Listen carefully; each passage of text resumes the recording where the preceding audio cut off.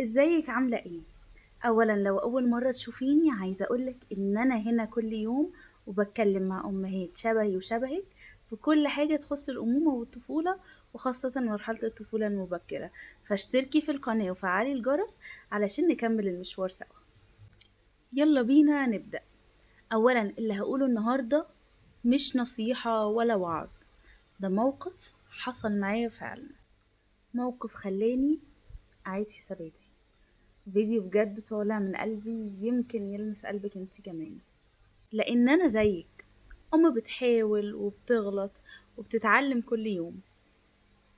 عايزه اقولك ان مفيش مشكله ان احنا نغلط، بس المشكله الحقيقيه ان احنا ما ناخدش بالنا من غلطاتنا ولا من اللي بنعمله كل يوم. والنهارده جايه اشارك معاكم حاجه علمتني انا مش ابني. طيب علشان نخش في الموضوع على طول، وعشان ما اطولش عليكم باختصار شديد، في يوم من الايام اللي كلها دوشه، ايام اللي هي يلا بسرعه دي عارفينها، كنت واقفه في المطبخ بحاول اخلص طلبات البيت وبعمل الاكل وكده، وفجاه سمعت صوت مفاجئ وقوي. في طبق وقع اتكسر بصوت عالي، كأن حاجه كده صحتني من غيبوبه الزحمه اللي في دماغي. كنت لسه ما استوعبتش اللي حصل، فلقيت ابني الصغير جاي بيجري عليا وقال لي: ماما، انتي كويسه؟ وبالمناسبه انا ابني ما كملش 3 سنين، بس اللي خلاني اقف قدام الموقف ده متجمده هي الطريقه اللي قال لي بيها، لانه بالظبط نفس اسلوب باباه، ونفس نبره صوته، نفس اهتمامه وقلقه، ونفس الجمله اللي بيقولها لي: انت كويسه؟ لما ببقى تعبانه او بواجه حاجه مفاجاه.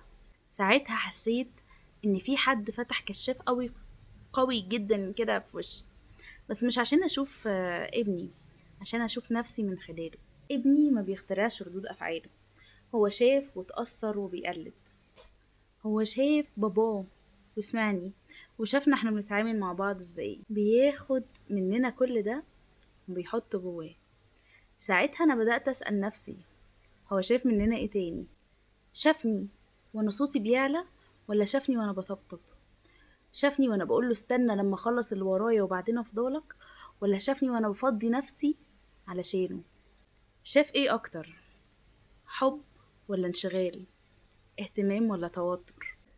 كنت دايما فاكرة نفسي ان انا المعلمة اللي بتشرح وبتوجه وبتربي وبتعلم، بس الحقيقة ان انا السينما اللي هو بيتفرج عليها طول اليوم، وانا القدوة اللي هو مختارهاش، واللي مضطر يعيش جواها.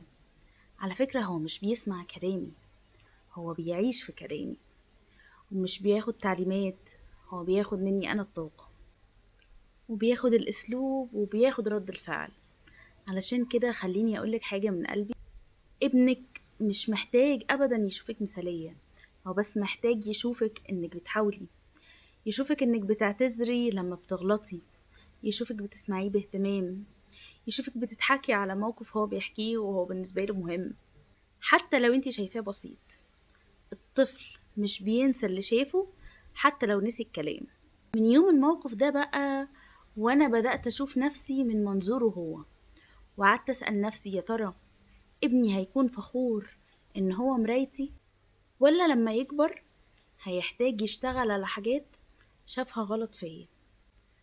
انا بتغير عشانه، وبحاول اتعلم كل يوم ابقى نسخة اهدى والطف واحن، وعشان لما يكبر ويقعد مع نفسه يقول انا شفت الحنية بعيني، وشفت الامان في ماما وبابا. بس كده، لو وصلتي معايا لحد هنا ما تنسيش تعملي لايك وتفعلي زر الجرس وتشتركي في القناة علشان يوصلك كل جديد من أنامل صغيرة.